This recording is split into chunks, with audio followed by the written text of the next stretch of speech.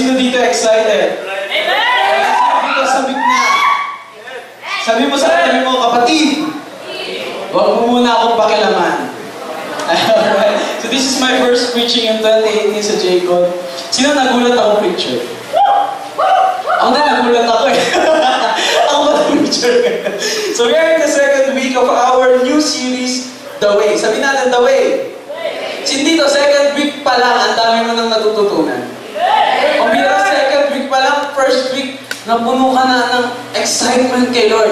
Ang dami mo agad natututunan. Amen? Kung wala ka last week, so hindi to sad, wala siya last week. Huwag ka malungkot. Kasi ang Jacob ay may podcast na. May pa-podcast si Brylle. So masisipag nating media, no? Napakasisipag niya. So, search nyo lang sa YouTube, YouTube, Jesus Connectors. Tapos nilitaw na yun. So, ang topic natin last week ay Way Out! Way Out. So, the way. Kuya Brylle, ano ba meron dito? But the way? Ba't hindi na lang the truth or the life? Bakit the way?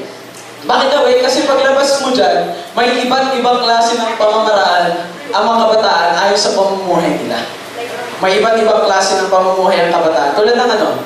Drugs, di ba? Paglabas mo dyan, ang dami dyan ano? Hanggang paglabas mo, makakasalubong ka ng mga kabataan sabihin sa'yo. Di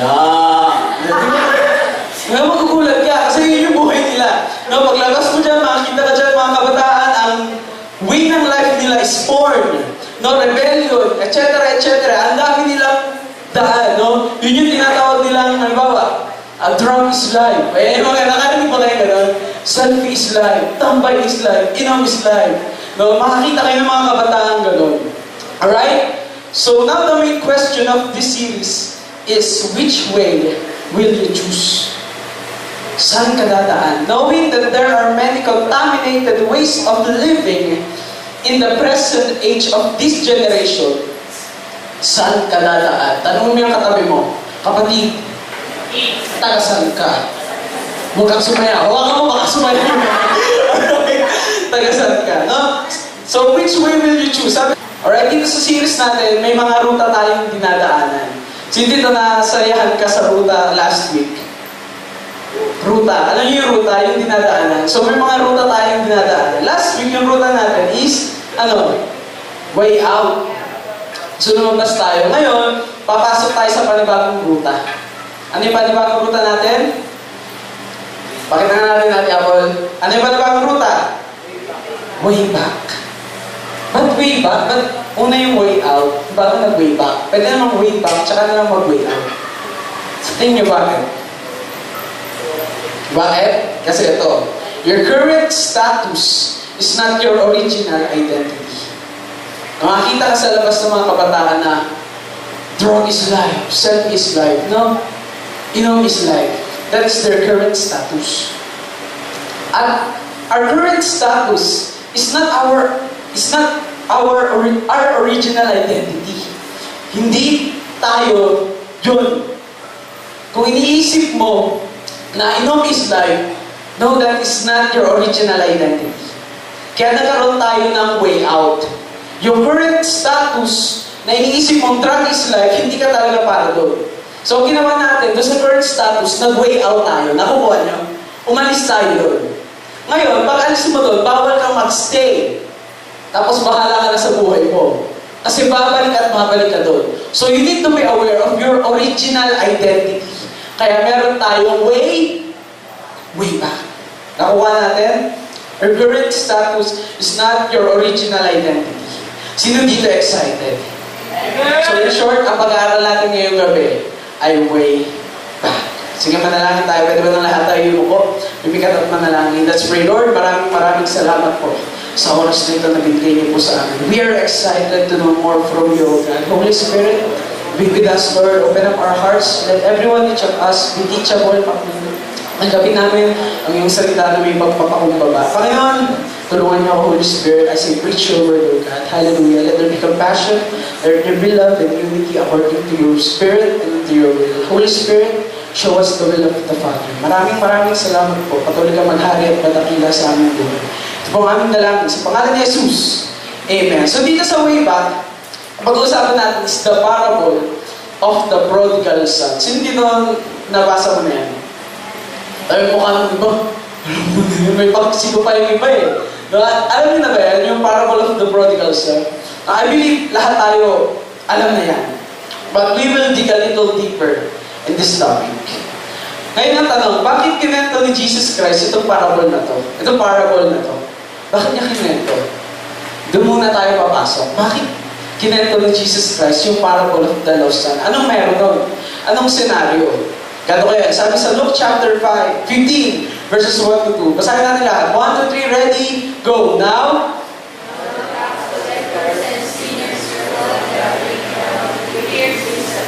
but the Pharisees and the teachers, it's with them. So nakuha niyo na ba agad? Nung binasa ko to, grabe, naiyak ako. Alam niyo ko bakit? Hindi ko naiintindihan. Nung binabasa ko to, na-realize ko kung bakit yung sinabi ni Jesus Christ. Kasi si Jesus Christ, nung nagtuturo siya, andun yung mga pariseo at mga eskriba. Tapos kasama dun yung mga tax collectors at mga sinners. Alam niyo ba, ang tax collectors, alam kayo iba alam, na sila yung pinakang pinandidirian ng mga pariseo at that time. Sa isipan nila, because of the law, mahawak ka dun, ituturi kang madumi. So ang pariseo at eskriba, nagkakaroon sila na hinihiwalay nila yung identity nila doon sa mga sinners and tax collectors. Now sinabi nila, this man welcomes sinners and eats with them. Ang isipan ng mga pariseo mindset, walang place ang mga makasalanan kay Father. Sa Diyos. Wala silang place. Ba't sila narito? Kung ikaw ang Messiah, ba't ka nakikisama sa kanila? Makasalanan sila. So they have the wrong interpretation of who the Father is. Mali yung mindset nila kung sino ba talaga ang Diyos Ama. Alam niyo, maraming takot mag-way back. Kasi iniisip nila, hindi sila tatanggapin. Sino dito takot ma-reject? Si tayo talaga takot. Hindi ka naman. Sino dito takot ma-reject? Amen? Alam mo, dumarating tayo sa point na takot tayo ma-reject. At base sa mga nakakausap ng kabataan, kung bakit takot silang takot silang makilala si Jesus Christ, is iniisip nila dahil sa kasalanan nila, hindi sila tatanggapin ng Diyos. They have the wrong interpretation of who the Father is. Ngayon, lilinawin natin, sino ba si Father? Are you ready? Sabi mo sa katabi mo, kapatid, huwag mo akong pakilaman. Sabi mo, kapatid, huwag kang matutulog. Huwag ka sa akin, huwag natutulog. Basahin natin yung Luke chapter 15, verses 11 to 12. Punta muna tayo sa 11. Sabi doon, Jesus continued. Kasi after nun, nung sinabi ng mga pariseo, nagkwento si Jesus ng parables. Parables of the lost sheep. Tapos kinento niya, sabi, Jesus continued, there was a man who had 2 sons. Ilan yung anak? Ilan yung tatay? Nandun bilang yung isa. So yung tatay may 2 anak. So 3 yung character dito. Sino-sino yung character? Father, the prodigal son, and the firstborn. So dyan sa mga character na yan, titingnan natin, mag-focus ka. Tingnan mo kung sino ka dito. Verse 12, ito yung pangyayari. The younger one, the prodigal son, said to his father, Father, give me my share of the estate. Ibigay mo na sa akin yung mana ko. Nung binasa ko ito, nasaktan ako. Ouch! Nalungkot ako nung nabasa ko ito. Kasi sa akin parang wala lang. O hindi yung mana, so what? Kuya Brylle. Ako, nangingi ako lima sa mama ko. At kumuha rin din yung mana ko. Bakit ouch? Kasi the culture of Israel that time, pag hiningi mo na ang mana mo, kahit buhay pang magulang mo, parang sinasabi mo sa kanila harap-harapan, Daddy, mamatay ka na. In short, ganun yung sinasabi mo. Pag kinuha mo yung mana, hindi pa patay yung magulang mo, in front of him, sinasabi mo, Daddy, die now. Mamatay ka na. Ganun yung parang iniisip mo. So, ano yung binavalue ng anak? Start with letter R. Sino makakasagot? Riches. Wala pa natin si JP. Bigyan ng jacket. Riches. So yung mindset ng anak, ng prodigal son, ang binavalue ko is riches. Yaman. Ito yung mahalaga sa akin. No, ito yung gusto ko, yaman. Here's the point. Bilang tatay, at hindi lang tatay ha, mayamang tatay, mataas kasi yung antas nila sa community, pwede niyang ipapatay yung anak niya dahil sa ginawa nitong maling asal. Because it is part of the law. Pag ang isang anak nagrebelde sa magulang, lalo na may kaya yung magulang, pwede yung ipapatay ng magulang pag mali yung asal. Paano papatayin? Batuhin hanggang sa mamatay sa gitna ng maraming tao. Ganun yung parusa sa mga rebeldeng bata. Pero ang lupit ng tatay. No?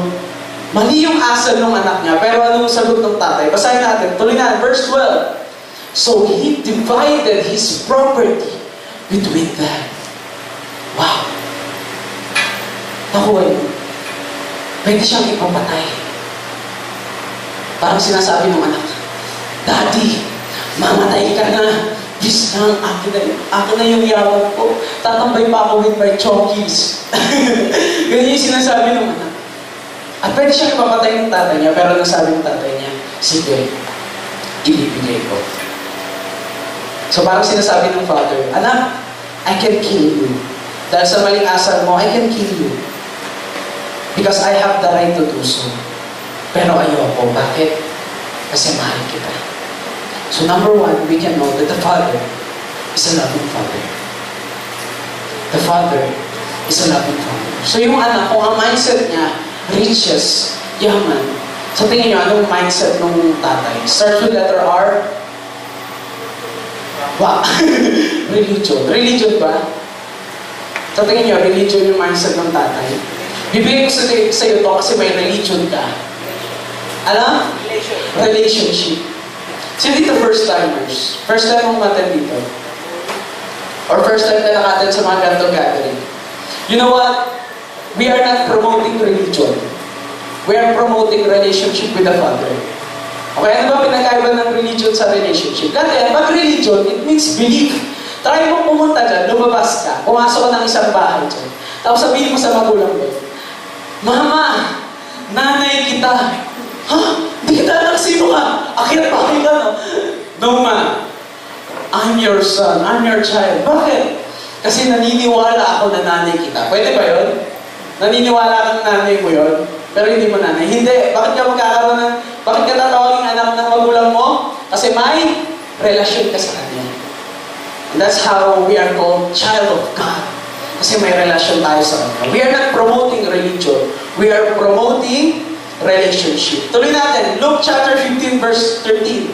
Not long after that, the younger son got together all he had. Kinuha niya lahat ng meron siya. Set off for a distant country and there squandered his wealth in wild living. So I try to imagine yung anak, paglabas niya, nung nakuha niya na lahat, parang naisip ko nag-selfie muna siya. Nag-selfie muna bago magpaka-prodigal. Ang ginagawa sa Facebook, selfie muna bago magpaka-prodigal. So ini-imagine ko, grabe yung mindset niya. Talagang sure na siya. Aalis ako dito, dala-dala yung yaman ko. So sabi dun sa verse, he squandered. Nilustay niya lahat ng yaman na meron siya. Iniisip ko, paano niya nilustay? Sa paanong paraan? Anong wild living? So, hindi ko alam. So, tinignan ko yung Instagram, yung IG post niya. Ito yung nakita ko. Sabi niya, Prodi, ano yan? Prodi26boss. Hashtag enjoying. Hashtag this is life. Hashtag saya. So, nakita ko, ganito pala. Ganito niya, nilustay lahat ng yaman niya. So, nilike ko. So, dito may IG ka. Ako may IG. Kung may IG kayo, please follow. Please lang.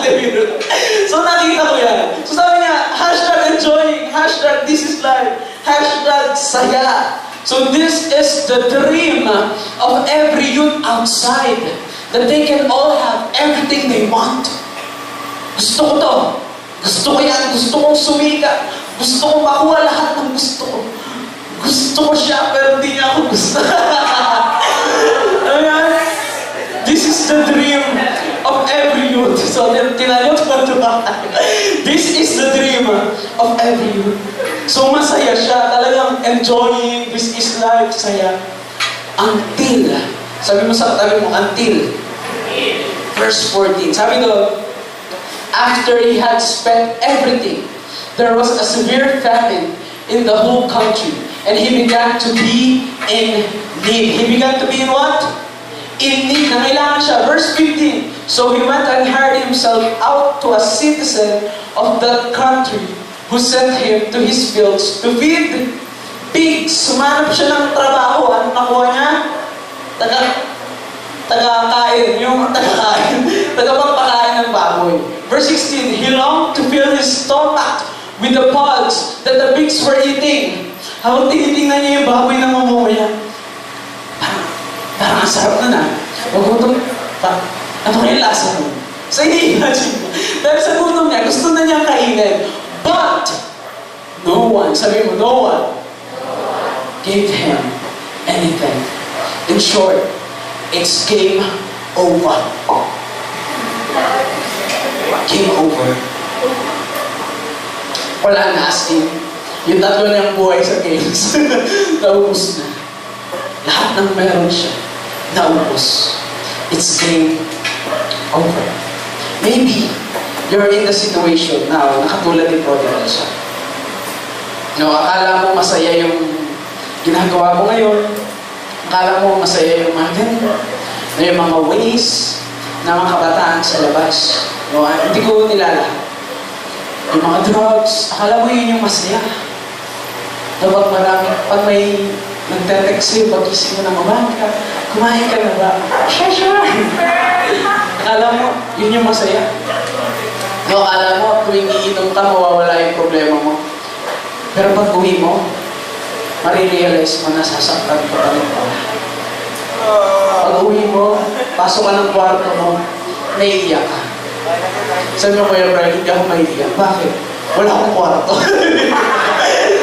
No, until na-realize mo na hindi pala nakakatulong yung lahat. Maybe, nasa pugad ka ngayon ng babuyan at walang nakakaalam. You know what? It is a calling for a way back. Balik ka. Sino dito handang bumalik? Sino dito gusto pang ituloy yung kwento? Gusto niyo pa pang ituloy yung kwento? Sabi mo sa katabi mo, kumapit ka.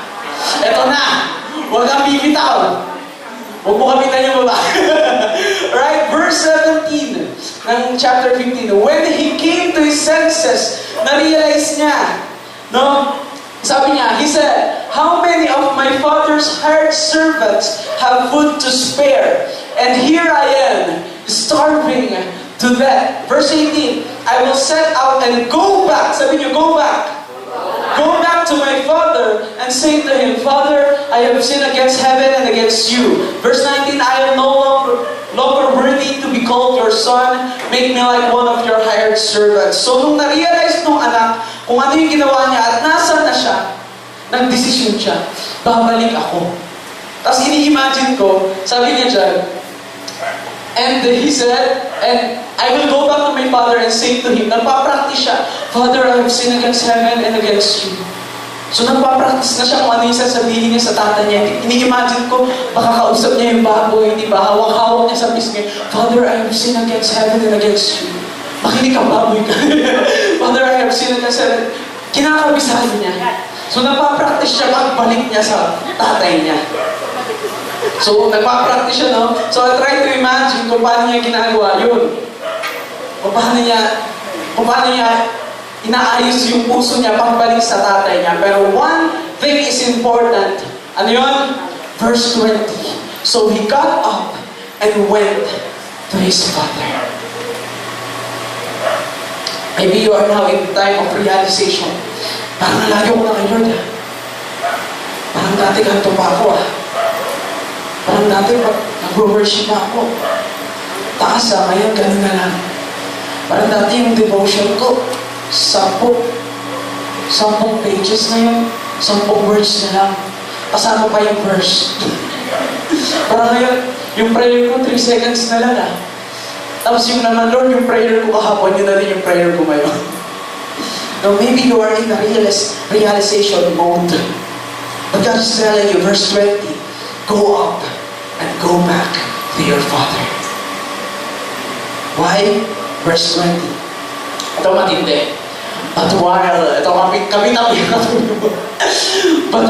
he was still a long way off, his father saw him and was filled with what?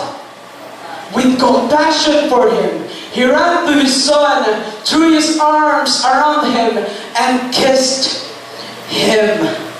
Grabe, abang binabasa ko, parang nakita ko ng drama. Ano yung mga drama? Nung nakita nung anak, nung tatay yung anak talaga tumakbo siya. Hashem, yan. Kasi tinakbo niya yung anak niya. Tapos niyakap niya. He was filled with compassion. No, talagang habang binabasa ko to, grabe, natatouch ako. At may dalawa akong nakakamanghang bagay na nakita na ginawa ng ama. Ano yun? Sabi dyan, but while he was still a long way off, his father saw him and was filled with compassion for him. He ran. Sabi niya, he ran. Tumakbo yung tatay. Parang sa atin, wala, tumakbo. Kaya mo tumakbo yung Brenda. Kaya mo tumakbo. Pero alam niyo ba, sa time ng Israel, pag mayaman ng isang tao, lalo na pag matanda, bawal mo yung patakbo. Hindi mo yung makikita tumatakbo. Pag halimbawa, iskinita yung daan, tapos nauna siya sa'yo, tapos ang bagal ng lakad niya, hindi mo siya sasabihin, uy, bilisan mo! Late na ako! Hindi, hihintahin mo yun. Kasi yun yung identity nila bilang mayaman. Maglalakad sila taas to, ganyan. Naglalakad. Hihintahin mo yun. So yun yung identity nila. Pero, nung nakita ng father yung son niya, sabi niya, anong identity? I will throw off that identity. I will run to my son. Tumakbo siya. I will run to my son. Nag-bars. Nag-bars yung tatay. Tumakbo yung tatay. And that's not part of his identity. Pero tinakbo niya yung anak niya. Pangalawa, nakita ko pa, he threw his arms around him. Niyakap niya. Bakit niya niyakap? Naalala niyo yung parusa? Kapag ang isang anak rebelde, anong gagawin? Papatuhin hanggang sa pangalaman. Minake sure ng father na pagkayakap niya dun sa anak niya, walang babato. Ay, nakakarinig kayo dito sa church, walang babato. Yun yun. Nag-make sure siya na walang kahit isang bato ang tatama sa anak niya. Why? Because number 2, a father is a compassionate father. Sabihin niyo, compassionate. He's full of compassion. Tuloy ba natin? Verse 15, verses 21 to 22.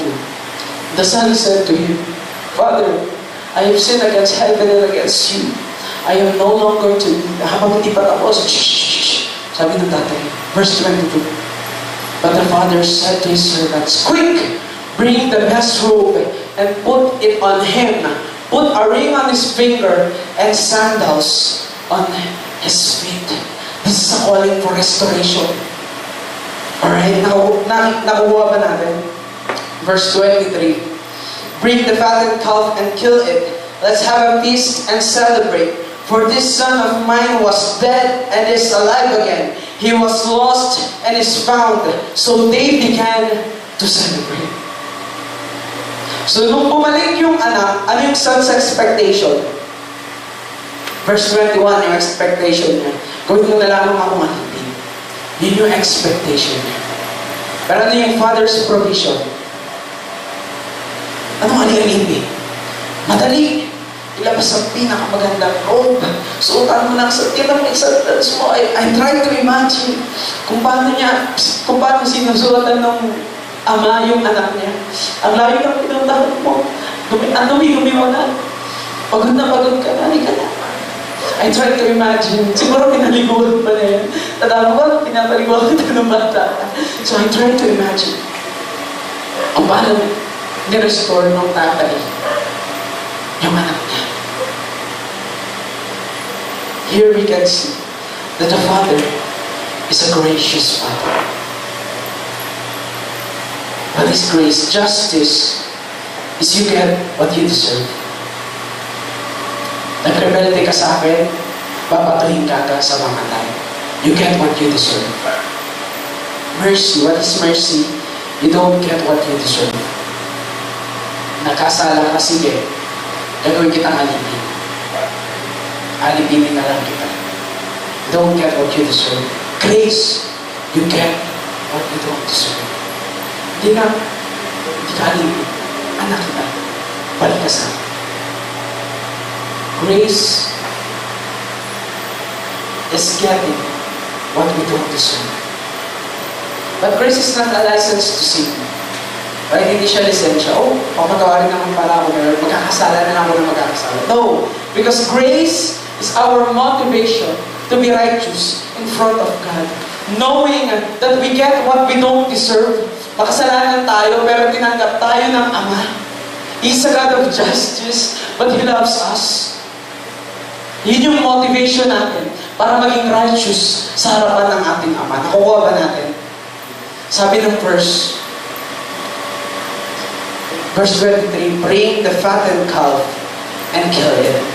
Let's have a feast and celebrate. Pinatabang kuya. Sabi niya, pinatabang kuya. Ano yung kuya? Yung chocolate. Kuya. Ano yung kuya? Ang tuwa-tuwa. Yung pinatabang kuya. No, credits breaks. Yung pinatabang kuya. Kasi yung tatay, imposible hindi siya magalit eh. Tama? Doon sa ginawa niya, harap-harapan sinabi ng anak, mamatay ka na, ano na yung yaman ko. Tinakbuhan niya na waldas lahat yun, pero biglang bumalik. Imposible mawala ng galit yun. Kasi, very kailangan, very need, no? Kailangan yung justice sa Israel that time. So, saan napunta yung galit ng Ama? Sa pinatabang chocolate. Sa pinatabang ulo. The fattened calf. Here I realize, parang ako yung prodigal son. Dati, tatakbo ako sa Ama. Drug is life. Mahanap ako ng maraming karelasyon. Love is life. No, na-realize ko parang ako pa rin. At in-imagine ko dati, hindi na ako makakabalik. Wala na akong chance. Pero nung bumalik ako, nakita ko kung paano ako na-restore ni Father. Sa napunta yung galing ng Ama, sa fattened calf. Dito na po ako magtatapos. Nung time na si Jesus Christ, nasa Gethsemane, na-experience niya yung na-feel na niya magiging experience siya bilang pinatabak ng Kuya. Alam niyo ano yung prayer niya sa Gethsemane? Sabi niya, Father, let this cup pass from me. Alam niyo yung cup? Ano meaning ng cup? Ang cup meaning nun, God's wrath. Puot ng Diyos sa sanlibutan. Yung galit ng Diyos sa sanlibutan, nandun sa cup na yun. At nung time na si Jesus Christ nagpe-pray sa Gethsemane, iinumin niya yun. Iinumin niya yung puot ng Diyos sa kasalanan ng mga tao sa buong mundo. Parang ganito yun, para mas ma-realize mo. Punta ka sa labas. Buong muson, sasapakin ka sa mukha ng 100%. Kaya mo. Hindi, right? Buong Rizal. Kaya mo? Hindi. Buong Pilipinas. Kaya mo? Hindi. Buong mundo. Yun tinanggap ni Jesus Christ. Pero nasa Gethsemane siya. Habang nagpe-pray siya. Sabi niya, Father, not my will, but your will be done. Mahirap. Hindi ko kaya. Nakikita na niya yung dadanasan niya sa krus ng Calvary. Pero tinanggal niya pa din. Why? Because He wants you to go back. He is opening a door for you to come back. Pwede ba manalangin tayo sa oras? Maybe this time, na-feel mo na ang layo mo ng Lord. Maybe tumakbo ka na sa Kanya. You have your own ways. Di mo na alam paano ka makakabalik. But God is telling you, my child, I love you. I love you. Balik ka na. Tatanggapin kita. Layakapin kita. Hindi totoo. Hindi kita mahal. Kasi mahal na mahal kita. Sa oras na ito, just talk to God. Nagpipil mo, masyado ka nang malayo sa Kanya. Just pray. God, I want to go back. I want to go back. If you want to experience the presence of the Lord again, ba lahat tayo tumayo? And if you want to experience the love of the Lord again, inahiyahan kita ngayon dito sa harapan. Sige, hindi ito napapakita na mahina ka na malayo ka na kay Lord. No, we all need the presence of the Lord. We all need the presence of the Lord for our family. If you want to experience the love of the Father again, inahiyahan kita ngayon dito sa harapan. And once again, we will go back. We will find our way to our Father. Sige, sa oras nito ako sa atin namin ng Panginoon. Father, alam mo, na sometimes nanghihina ako. But Father,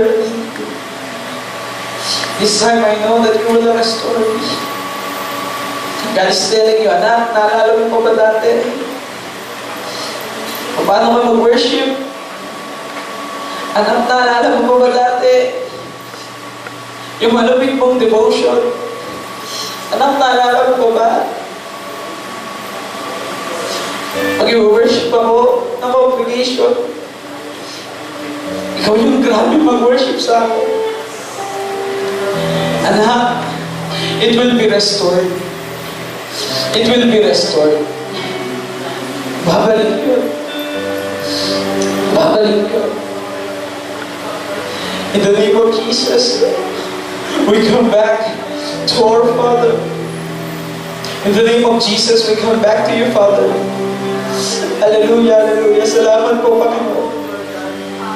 Hallelujah, thank you, Jesus. Thank you, Father. Buksan mo ang aming puso at mabalik sa'yo, Panginoon. We want to go back. We want to go back, Lord. Hallelujah. Thank you, Father. Thank you, Holy Spirit. Sinasabi sa'yo ni Lord ngayon, anak, nakikita ko yung nararanasan mo. Hindi ako bulag sa nararanasan mo, sa sitwasyon mo ngayon. At hindi mo kailangan labanan niya mag-isa. Hindi mo kailangan lumaban mag-isa. Sasamahan kita. Sasamahan kita. Father, we need you. We need you, Lord. Have your reign in our lives, oh God. Have your reign in us. Thank you, Jesus. Thank you, Lord. Thank you, Father. Pwede ba lahat tayo tumingin ngayon? Tingala tayo lahat. Di ba nato yung character? The Father, the prodigal son, and the firstborn. Yung firstborn na nakita niya nagsa-celebrate dahil sa kapatid niya. Nagalit siya. Sabi niya, ano ba yan? Ang tagal ko nang naglilingkod dito. Di mo man na akong pinaganda. Tapos yan, ginawa yung ginawa niya sa'yo, tapos maghahanda mo. Tapos ako, na laging naglilingkod at di kayo iniiwan, di mo ako pinaghahanda. Maybe, ngayon sa oras na to, di mo makita yung rason kung bakit mo kailangan maglingkod kay Lord. Maybe, I don't know, nahihirapan ka na kung itutuloy mo pa ba. Di mo na alam kung magpapatuloy ka pa ba. Kasi parang walang nangyayari. Kuya Brylle, wala namang nangyayari. Ganun pa rin yung pamilya ko eh. Ganun pa rin yung kapatid ko. Ganun pa rin yung buhay ko, Kuya Brylle. But you know what? Anong sagot ng tatay dun sa anak? Luke chapter 15, verse 31. My son, the father said, you are always with me, and everything I have is yours. The Lord is telling you, anak, lagi mo kasama. At lahat ng meron ako ay sa'yo. At di ba tayo magpasalamat sa Diyos? Daddy God, thank you. Thank you, Lord, for being always there with us, God. Salamat sa paghawak sa aming mga kamay. Sa pagtawag sa amin, Lord. Hindi na kami lalayo, Panginoon. Pagpapatuloy kami sa iyo. Sapagkat alam namin, nakasama ka namin, Panginoon. Thank you, Jesus. Thank you, Father. Can you lift up your hands? Let me pray for you, Lord. Nakikita mo ang kamay ng iyong mga anak. God, empower them. Let them see that you are good. Let them see that you are a loving Father, that you are a compassionate Father, and you are a gracious Father. Lord, tulungan mo sila sa sitwasyon nila ngayon. Kung masaya man sila, Panginoon, salamat. Sapagkat patuloy mong pinapadama yung pagmamahal mo sa kanila. Pero Lord, kung nasasaktan sila, di na nila alam kung paano bumalik. God, remind them that you are always welcoming them into your presence. Though we don't deserve to be in your presence, salamat, Ama, pinadala mo yung anak para dalhin kami sa iyong presensya. Salamat, Panginoon. Purihin ka, O God. We love you. We truly love you, God. I love you, Jesus. We love you, Father. Purihin ka, Panginoon. Dakilain ka. Mahal ka namin, Panginoon. We don't go back. We come home. Thank you, Jesus. This is our prayer in Jesus' name. Amen. Balik na natin palakpakan si Lord. Yung palakpakan na karapat dapat sa ating Panginoon. Thank you, Jesus. Thank you, Father. Gusto kong sabihin sa inyo, hindi kayo bumalik. Umuwi kayo. You don't go back. You come home. To God be the glory, Mari, na tayo ko.